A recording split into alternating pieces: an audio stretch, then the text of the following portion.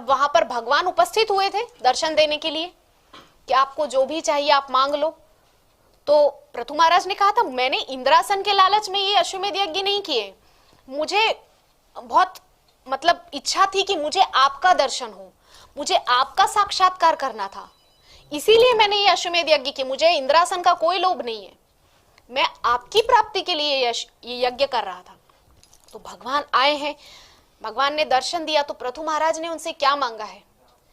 बोले मुझे आप इन 2 कानों में 10,000 कानों की शक्ति दे दीजिए, 10,000 कानों की शक्ति। उन्होंने कहा वहां पर कि मुझे 10,000 कान दीजिए, इसका मतलब ये थोड़ी पूरे शरीर में कान ही कान हो जाए और वो कथा सुनते रहे, नहीं।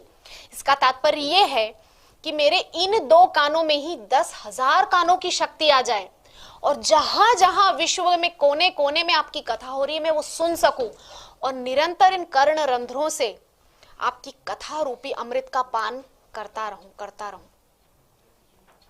क्योंकि ये जो कथा है ना, ये सफाई करती है हृदय की, निर्मल करती है। चेतो दर्पण मार्जना।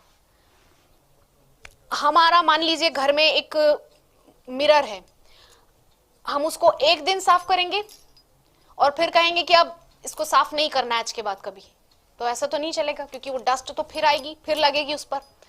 उसी प्रकार से ये जो हमारा हृदय रूपी दर्पण है, उसको साफ करने का जो साधन है वो है हरि कथा, ये सत्संग, ये भागवत, ये रामचरितमानस, गीता इत्यादि।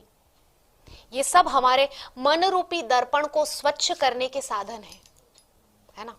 तो इनका तो निरंतर सेवन होना ही चाहिए, अन्यथा धूल जम जाएगी, मैल जम जाएगा। और श्री रामचंद्र तो कह रहे हैं कि निर्मल मन जन सो मोहि पावा, मोहि कपट छल छिद्र न भावा। क्योंकि जब तक निर्मलता नहीं आएंगी तब तक तो आप मेरे पास आ नहीं सकते।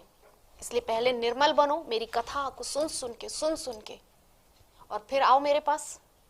मैं हाथ फैलाए खड़ा हूं, जगन्नाथ भगवान खड़े हैं ना, हाथ फैला करके, दोनों भुजाएं फैला करके, आ जाओ मेरे पास।